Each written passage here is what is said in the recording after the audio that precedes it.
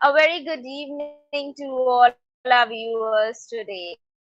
Today we have with us a very seasoned professional who has worked in engineering, entrepreneurship, and extensively in biodiversity. He is presently the director and shareholder of the Tata Boat Charter Company, a consultant to nature attraction, the director and owner of a vacation rental home in the touristic zone of Rum Point, Grand Cayman. In all these roles, his overarching objective is sustainability. He regards fiscal responsibility and ESG as a central function of society. Let us all welcome Mr. Timothy.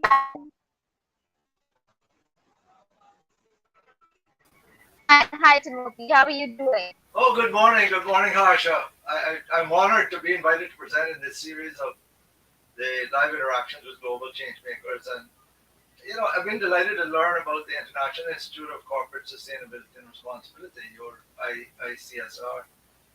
Important mission you have to basically enable your lifetime learners to gain knowledge and experience and skills in sustainability and responsible business practices. So today I hope we'll engage in a really informative and interactive period of time focusing on exactly that sustainability and responsible business practices.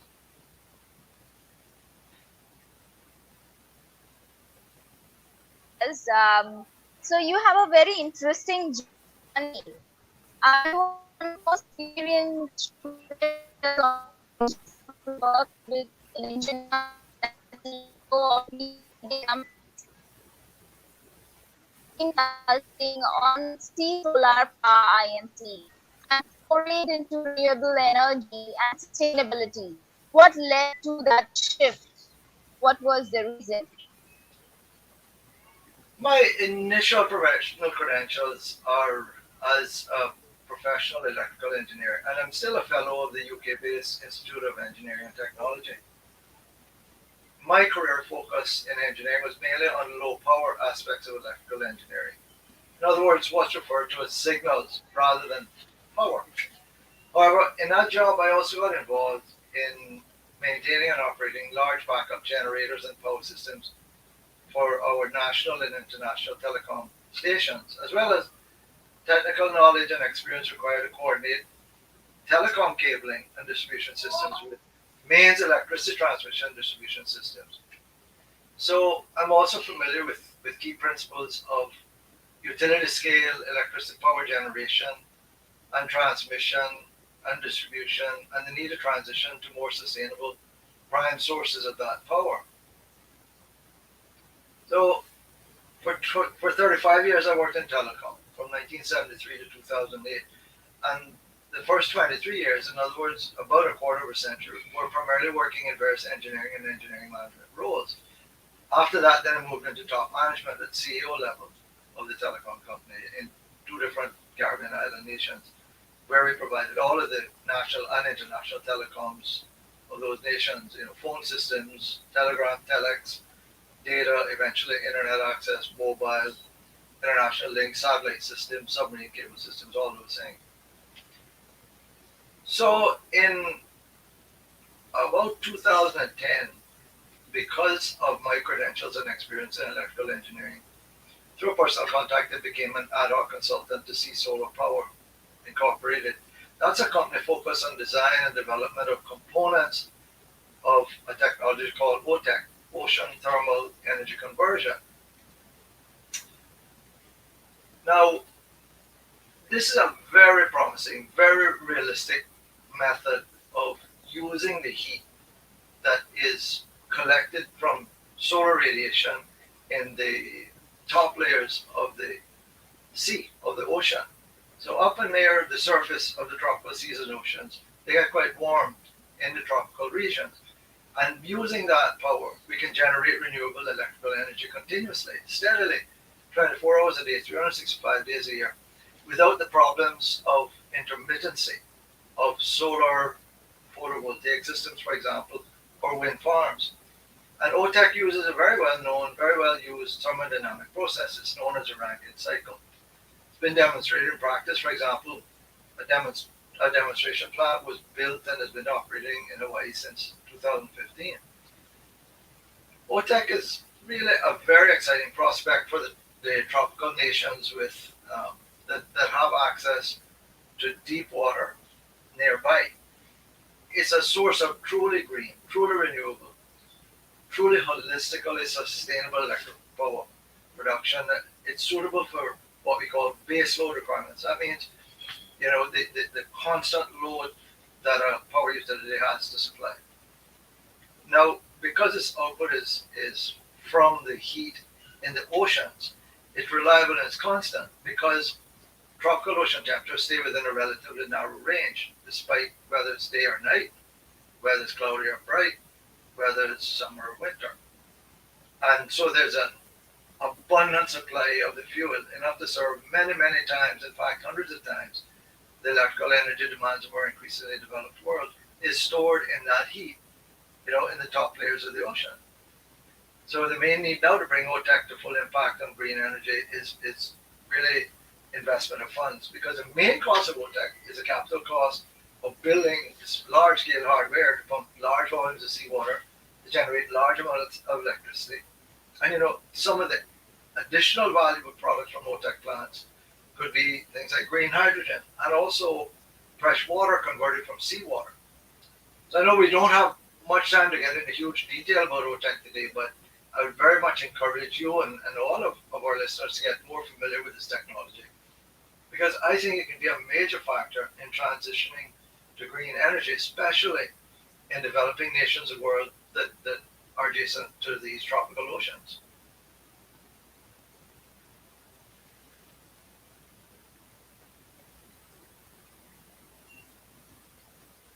That's a very interesting fact and a very interesting thesis. Um, so, uh, in the same year, yeah, would you like to share a little bit more on how do you really implement this technology, and has there are there any predecessors who have already done this kind of project which could be replicated in the emerging countries? Well, very quickly, I can tell you that for this slide I'm showing this cycle. I don't know if you can see the slide right now.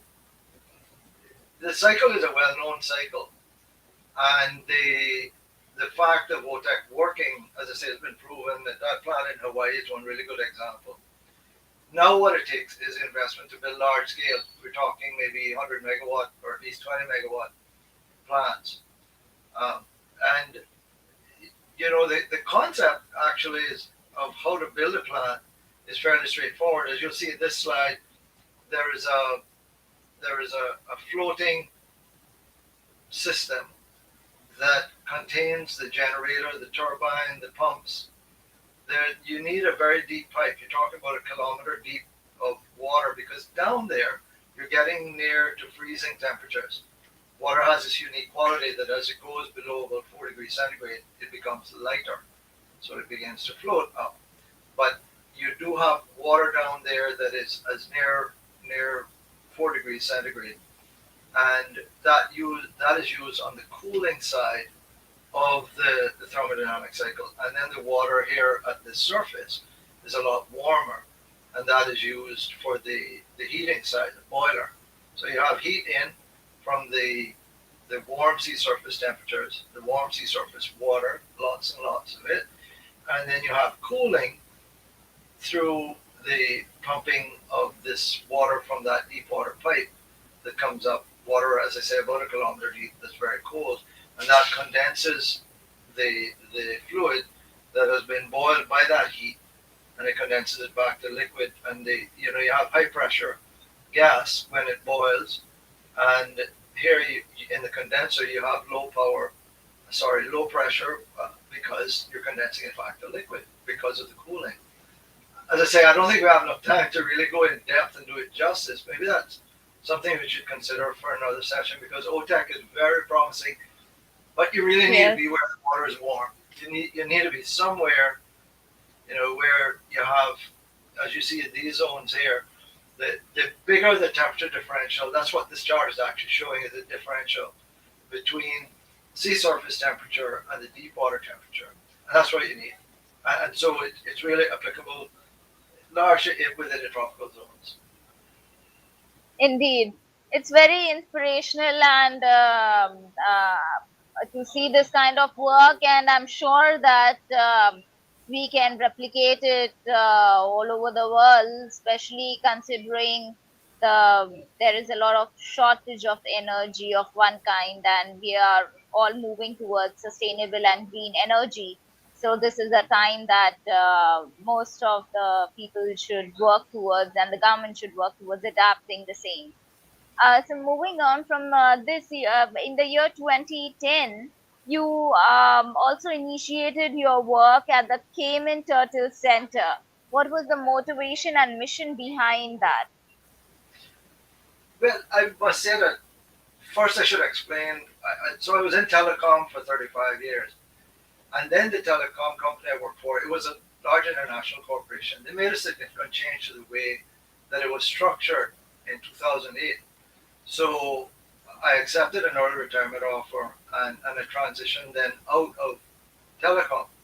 Now, some years before that, I had had a bit of an experience, an initial taste of operating in the tourism industry by owning and renting a two-bedroom beach house that my wife and I had purchased. I licensed it for tourist rentals to generate income during periods when we weren't using it. And then in 2008, I had the opportunity to assist my eldest son.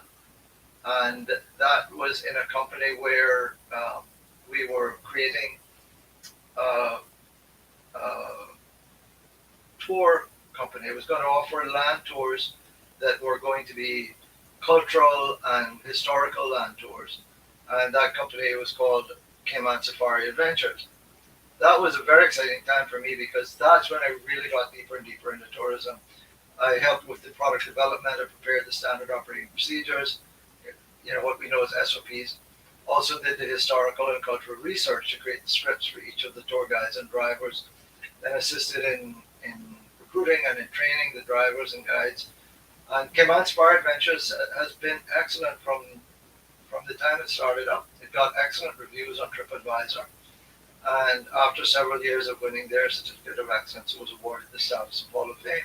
So that really enabled me to dive deep into tourism, into that side of it, the aspects of attractions, of tours, and gave me increasing knowledge and understanding of the tourism industry. Basically, it both challenged me and it fed my appetite to be a continuous learner in tourism matters. So in late 2009, I responded to an ad of a vacancy for the position of what was then called General Manager of the Cayman Turtle Farm. And the job eventually became more appropriately titled CEO, Chief Executive Officer. And that company is now named the Cayman Turtle Conservation and Education Center, which is really a much better description of its primary purpose and its mission. So that's really how I got started in that. Now, although sea turtle conservation is at its heart, the source of about 90% of the center's revenues is its commercial functions, as Cayman's most visited land-based tourist attraction, typically receiving over 250,000 guests every year. Now, those guests comprise both cruise visitors as well as stayover visitors who arrive on the island by air. The tourist attraction income comes from providing tours to the center, as well as tours to other attractions on the island, some of them are combination tours.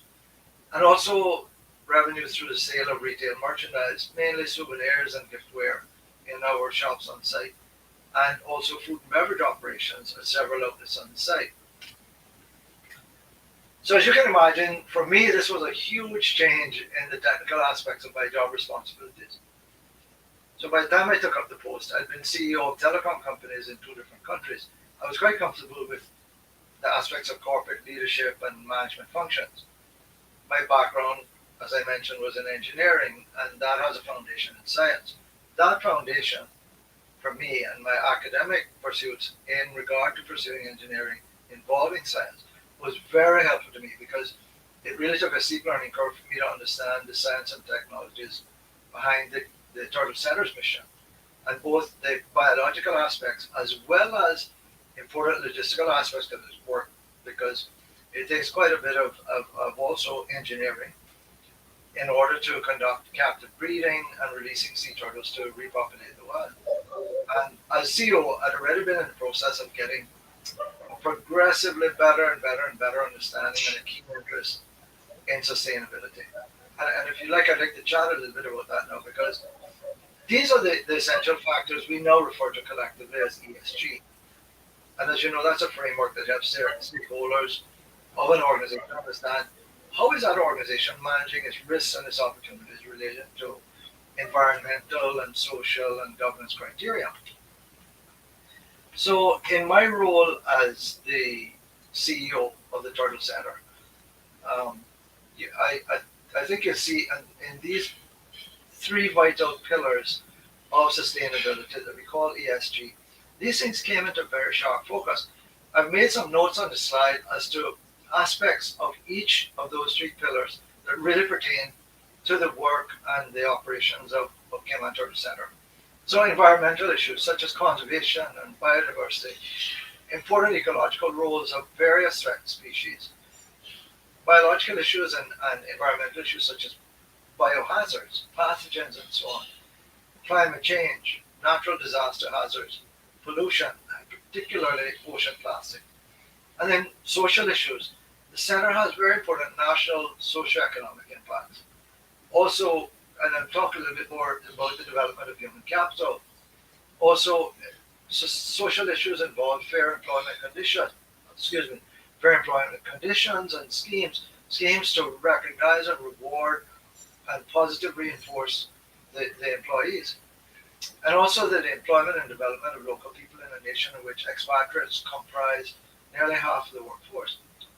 And then the governance issues, the G in ESG, that's matters such as compliance with laws and regulations, ethical practices, fiscal disciplines, standard operating procedures, protocols, business controls, record keeping, employee relations, all these things, fiduciary duties to the company and in turn to shareholders. So those different matters have really driven not only me as a CEO and in companies in general, it seems ESG, while it's most often visibly mentioned in the context of financing and investing, there are many stakeholders who are impacted by it and are keenly interested in ESG matters.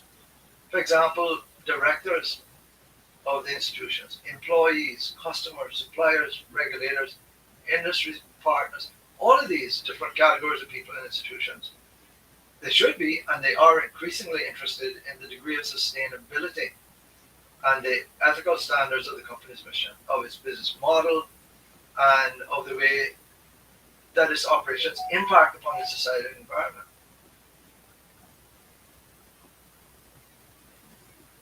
Um, when we look at this aspect, how do you see that we can ensure ESG as a pillar for also sustainable tourism, considering that you are leading in the industry as a CEO for a tourism company too, and it's one of the top-notch companies in the world. So how do you really implement the ESG pillars in your company? So perhaps I could give some examples of during the period I was there as CEO at the Cayman Turtle Center for 12 years, between January 2010 to January 2022 when I retired.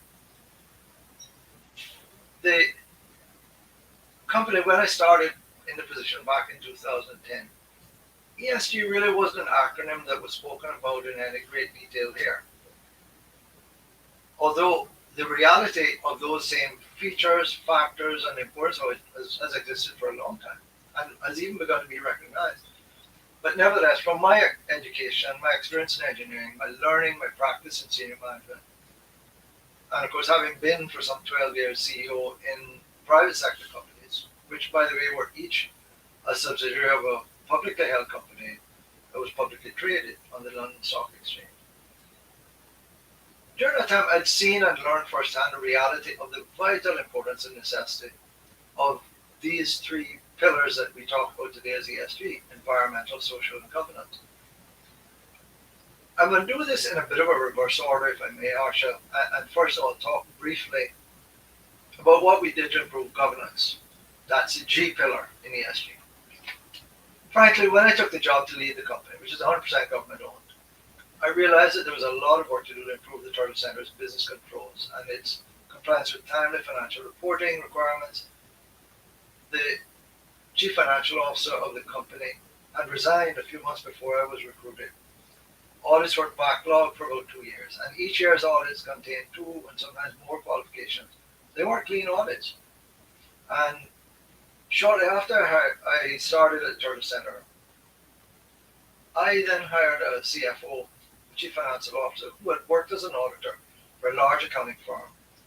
And together we worked really steadily, very deliberately, over time, to eventually get to where the company was getting clean, unqualified audits, completed and presented to the shareholder within the statutory timeframes.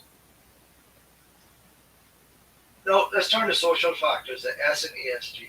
They involve the company's relationship within the society, the community in which it operates.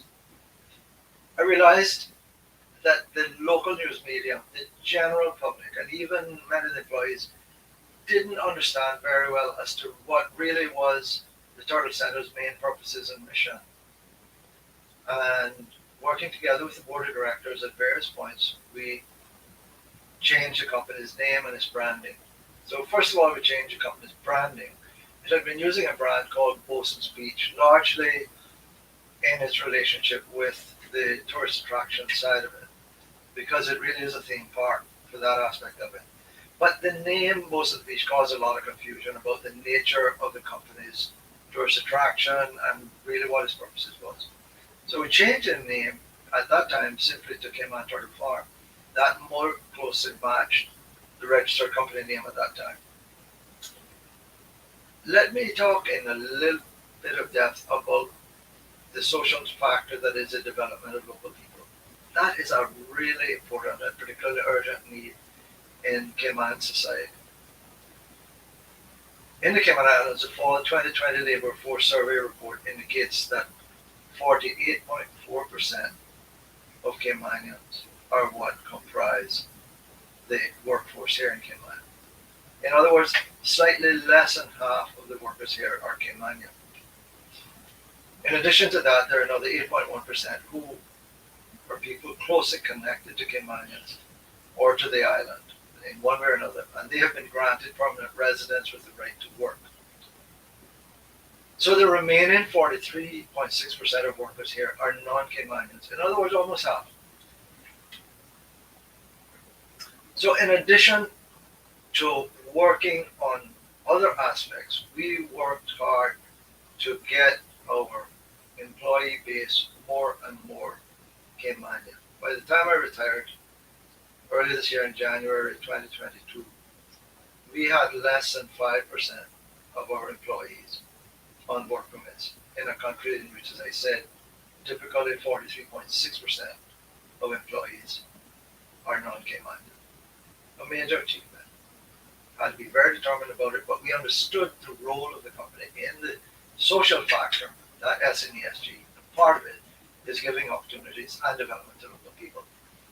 But in addition to that, in addition to the people side, we made huge strides in improving and upgrading the standards of care and welfare of the animals in our collection. We really invested heavily in this. We hired 2 veterinarians with specialization in wild animal health and with experience in working with a diverse range of exotic species. We greatly improved the husbandry practices, and also we improved the interactions between our guests and our animals to ensure that we protected the safety of the animals as well as the safety of the people interacting with them. But then we realized, though, that the name farm was distracting from the primary objective of the company, which is doing turtle conservation, and it's educating tourists and residents about turtle conservation. In other words, a strong focus on protecting the marine ecosystem, the environmental factors, the E in ESG. Therefore, it was necessary to change the company's memorandum of association to clearly emphasize the center's conservation purpose and its conservation mission. So we changed its registered name to Cayman Turtle Conservation and Education Center Limited to better represent its primary objective. We also changed its branding from Cayman Turtle Farm to Cayman Turtle Center, again, so as to better represent the company's purpose. Now, I should mention something very interesting. Turtle meat production and sale produces only a small fraction, typically less than 10% of the company's revenues. Now, those come from an entire closed cycle process.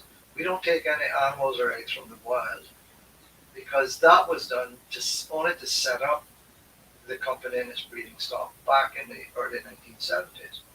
So all of this turtle meat production and sale is done within a closed cycle, within a farming environment, where we produce eggs that grow into turtles.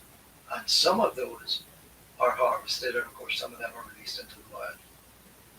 But that production and sale of turtle meat in the Cayman context is a vital part of fulfilling the company's sea turtle conservation mission because it provides a reliable and an affordable supply of farm sea turtle meat to the local market only. And now it's done at a heavily subsidized price in order that it removes the stimulus for poaching. And by doing that, we diminish incentives not only for the poachers, but for people to buy it from a poacher because they can buy it legally from Cayman Turtle Center at as I say, a very affordable and subsidized price. Because of that, we reduce the risk of poaching turtles from the wild to meet the local demand.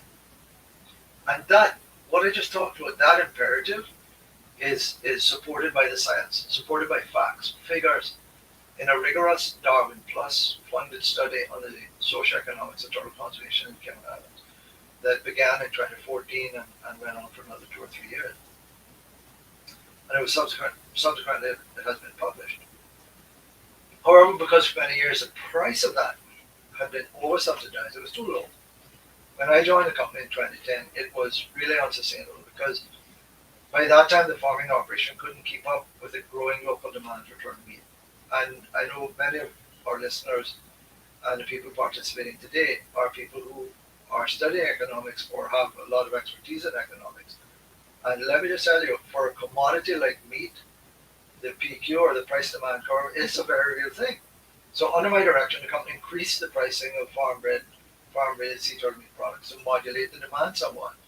And we subsequently adjusted those prices based on what we learned of the price elasticity of demand for the product. So it would make the production of the quantity demanded for the product much more realistic to be within the capabilities of our finite farming resources because we only have so much space to farm, so we can only accommodate so many turtles, so we can only produce so much of the turtle meat products. But still, we're greatly suppressing the incentives for poachers to take turtles from the wild. But we also made huge improvements, as I mentioned, in animal welfare and animal care. When I started in my post as CEO, there was no in-house veterinarian, and there was only very occasional veterinary care that was kind of provided ad hoc by a veterinarian who had experience in exotics, who was part of the faculty at a veterinary school on the island here. But our company now has 2 full-time licensed veterinarians, which has been a key factor in us making great strides in improving animal welfare. Now, in turn, that has focused attention on animal welfare, greatly improving the customer experience. And it's upgraded the customer interactions to be safe for animals and for our guests. So, as I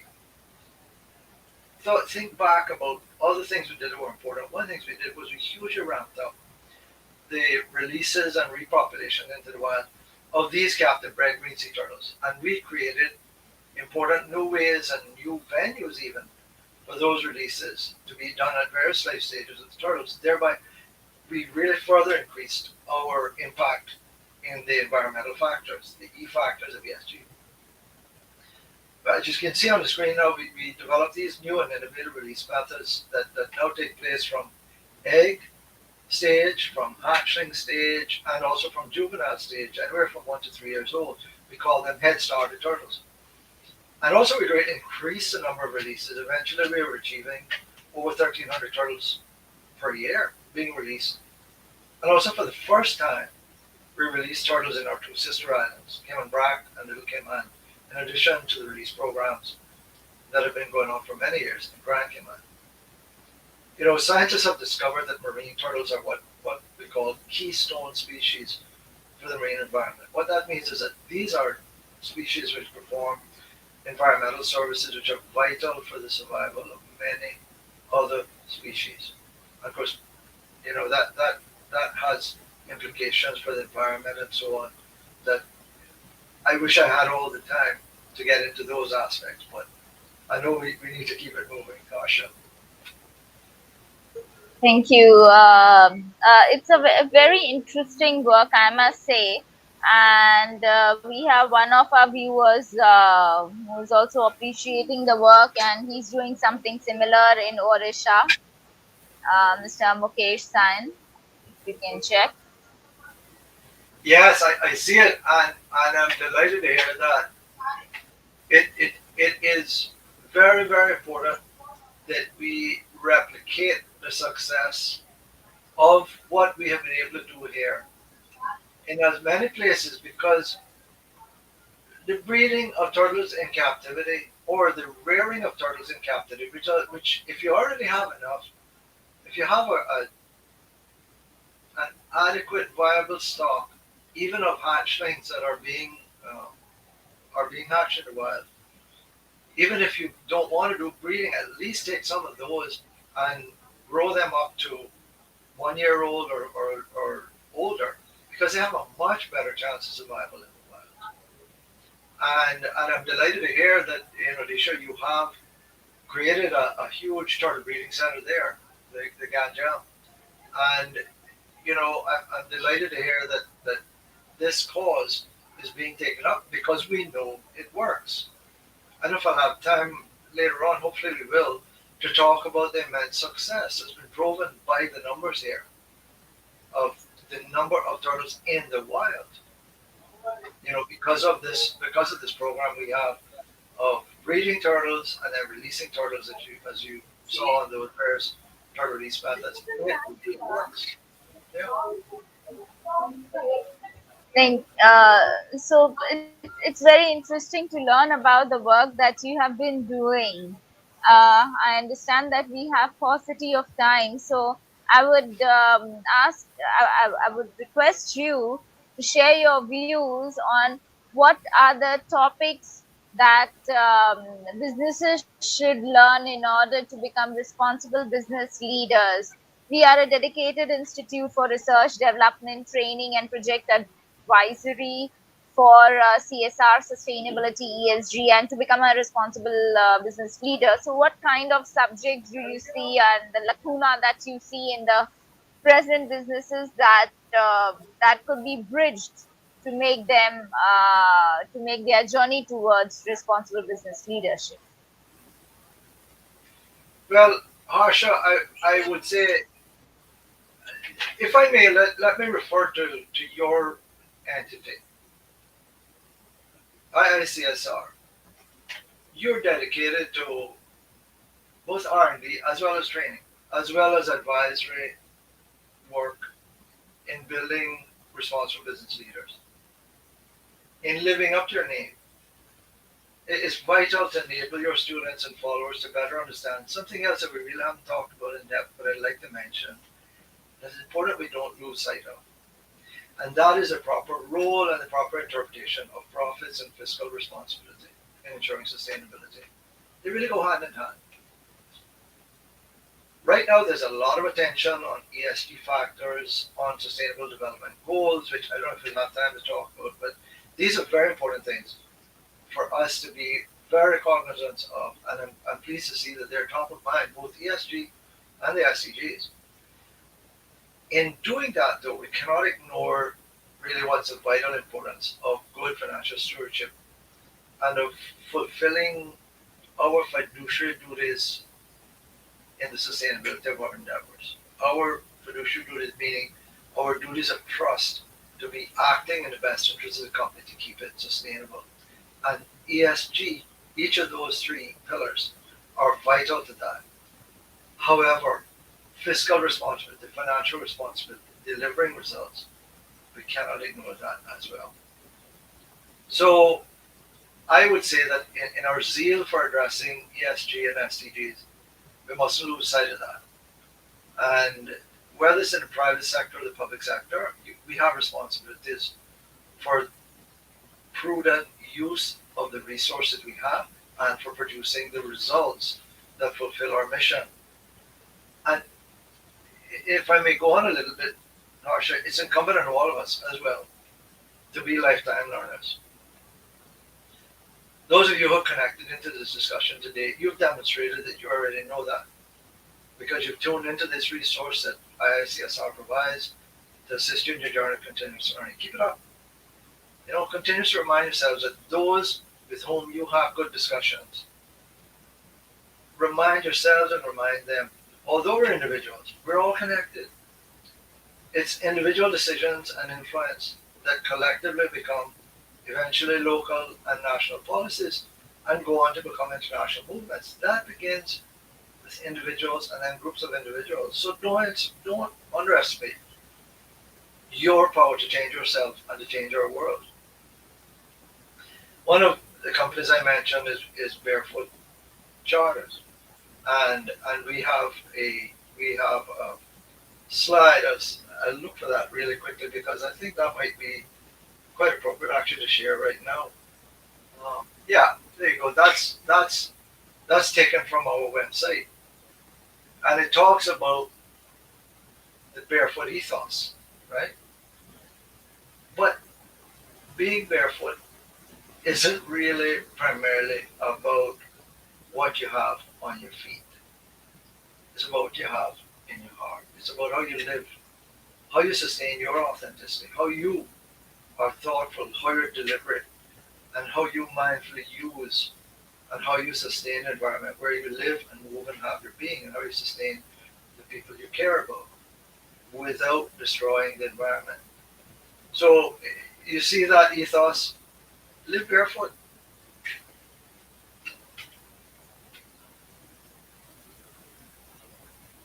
Yes, indeed, and it's very well said, and I'm sure the implementation of these ethos is also.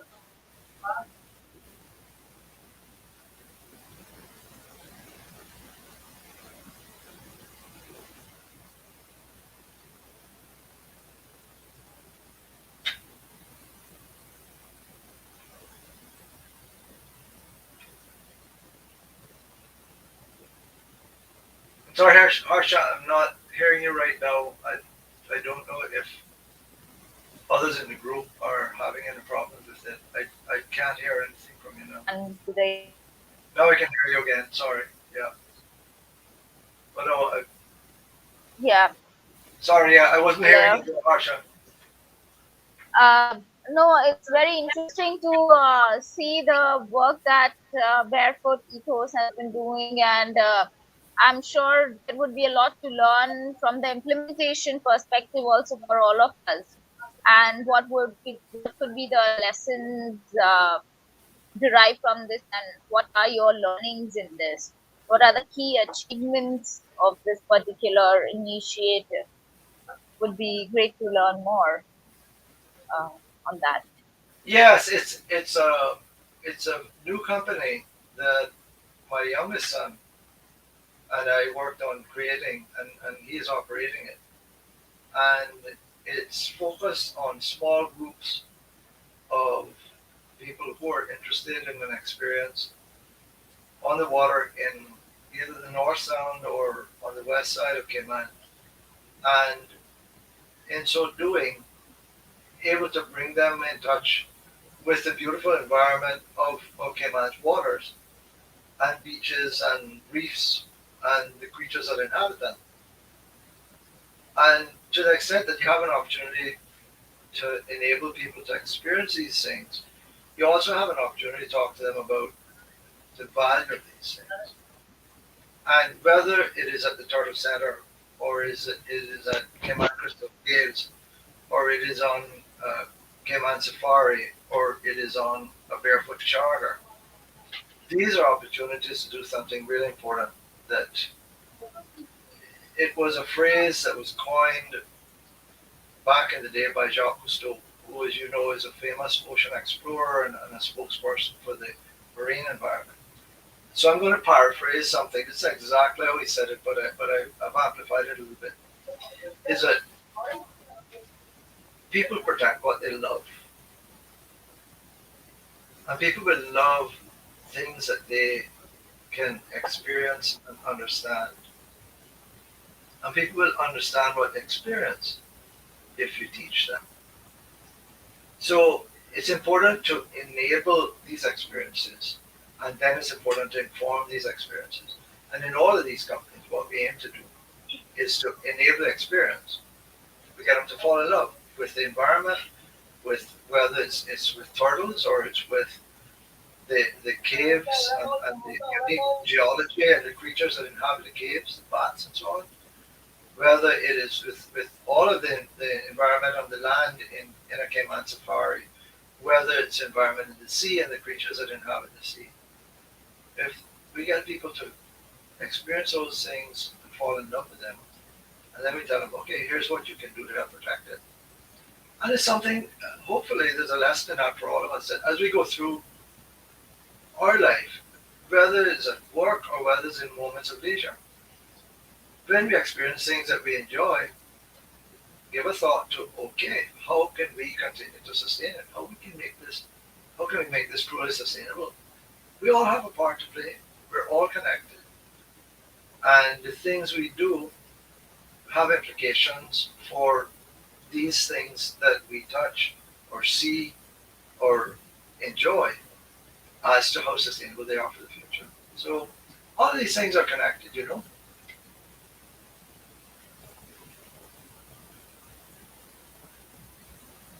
That sounds great, Timothy. It's been wonderful having you with us. Any final message for all our viewers on biodiversity and what is the CEO's perspective on sustainability and its execution strategy?